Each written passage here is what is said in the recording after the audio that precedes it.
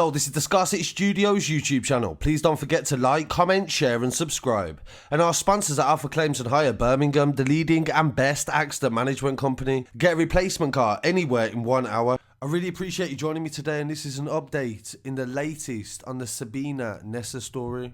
Yesterday I uploaded a video that showed the park that she went missing in. I wanted to highlight a few things, and this was before the police released the details about the timeline of events that took place. So now we know where she came from and where she was going.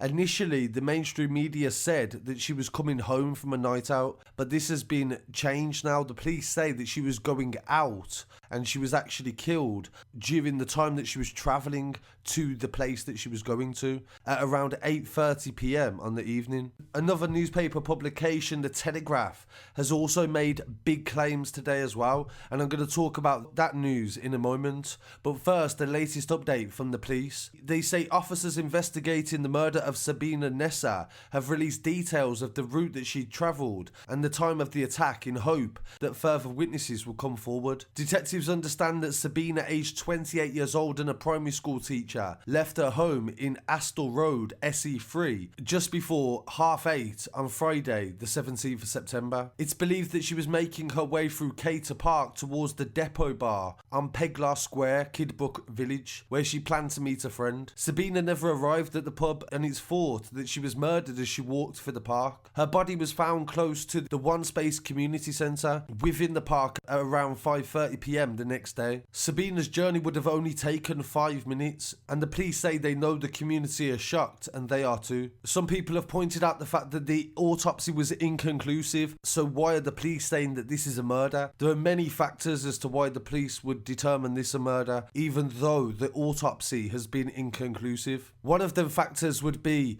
that she was found covered in leaves and the body was hidden. Of course, if you die of natural causes or an accident, you won't hide your own body. And also, there'd have been a lot of different ways that the coroner could have ruled out natural causes of an accident in the first post-mortem. There must be evidence in the first post-mortem for the police to not have ruled out murder. They just haven't released that information yet. And in relation to the other breaking news that the Telegraph has released today, they have said that a police source has told them that the primary school teacher was murdered in South London moments after leaving her flat, and they believe that the man was wielding an object. The Telegraph can reveal, as this was caught on CCTV. The 28-year-old was pounced upon, they said, as she left her new build block in Kidbrook on her way to a date at a nearby pub on Friday evening. I have to say that her sister on social media has actually dismissed this claim. She said that she wasn't going to meet a date. So I've tried to contact her sister. She said that the media has said that she was meeting a date, and this isn't true.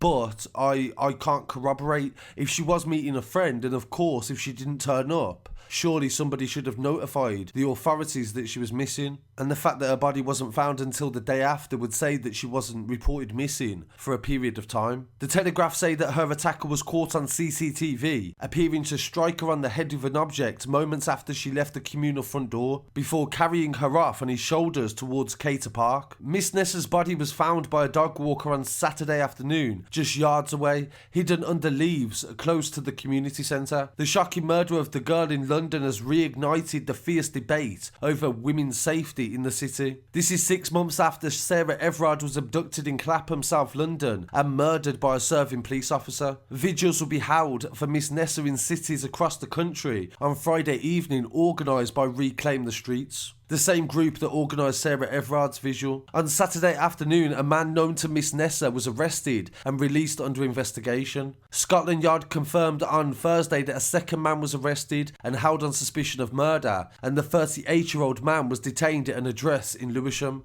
The Metropolitan Police have also released images of a man in the Peglar Square area they are looking for to question. This doesn't mean that he's necessarily a suspect, he may just be a witness. Meanwhile, detectives have released the image of the man they're trying to trace, as well as the one arrest, so that's 2 different developments in the case. Detective Chief Inspector Neil John from the Crime Command said our team are working tirelessly to find out who is responsible, and this has included an extensive trawl of CCTV, and this will be ongoing. So from the sounds of this article, I believe the Telegraph has received CCTV footage and they've probably sent this to the police, but they haven't released this to the public yet. When this case develops, I'm sure they would then go on to do that. Greenwich Council has handed out 200 portable alarms to women in the Kidbrooke area following the attacks, and due to the big response that I had when I said that I'd purchased some to give away, I'm going to do that as well. So I'll let you all know on social medias tomorrow exactly when they'll be available. It has since emerged as well, the Telegraph reported that a woman was sexually assaulted 2 miles away from where Miss Nessa's body was discovered. The woman was in her 60s and was walking in a park at 7:30 when she was approached by a man who pushed her into the bushes and sexually assaulted her. This was before he fled into a 4x4 vehicle, the Metropolitan Police said, and they've also released an image of a 4x4 vehicle as well. This is a fast moving case and it's definitely raising a lot of questions. This suggests that maybe the person that took Sabina may have known her or may have been following her for a period of time. There is literally so many different scenarios that could be occurring, and to speculate any further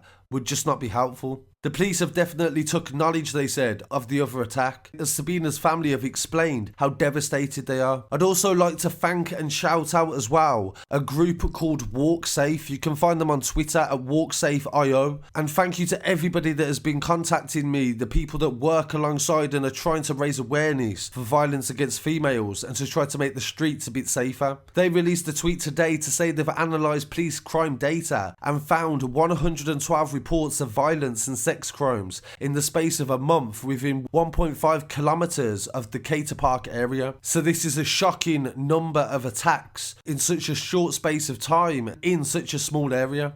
So I thought this was some really important developments to keep you updated on this story, and please don't forget to follow me online as well at Scarcity Studios. My condolences to the family of Sabina and rest in peace as well, and I'll definitely keep you updated on anything to do with this story. Please stay safe and I'll be back again very shortly with some more news. Peace.